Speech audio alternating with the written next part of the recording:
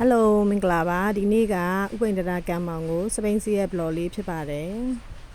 ဒီနေ့ကအိမ်ကထွက်လာတာအချိန်နောက်ကျနေတဲ့အတွက်ကြောင့်မလို့ခါတိုင်းဆိုရင်ရှေ့ဘက်ကံမောင်ကိုတစ်ပတ်နင်းပြီးတော့ဥပိန္ဒရာဘောကနေပြီးတော့လမ်းလျှောက်ပြန်လာတာများတယ်ဒီနေ့တော့အချိန်များဦးနေဝင်တော့မှဖြစ်တဲ့အတွက်ကြောင့်မလို့ကံမောင်နောက်တစ်ပတ်ပဲနင်းပြတဲ့နေလေးဖြစ်ပါတယ်ကဲနင်းမယ် let's go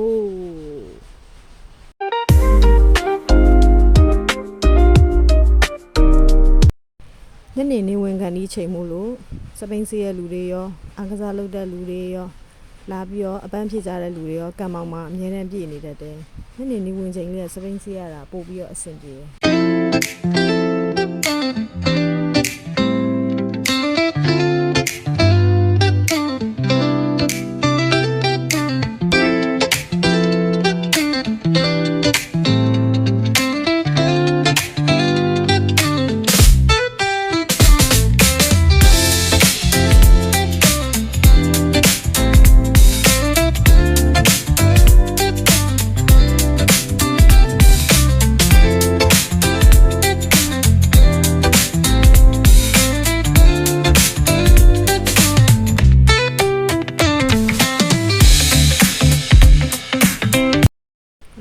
ကဲဥပိန္ဒရာငတ်စိတ်နာကခုံလေးတွေမှာခဏနားမယ်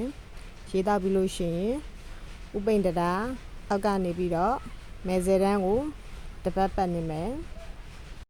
ဒီလိုမျိုးညနေဝင်ချိန်ခါနီးလေးဆိုရင်ဥပိန္ဒရာကဧည့်သည်တွေနဲ့ပို့ပြီးတော့စီကားပါတယ်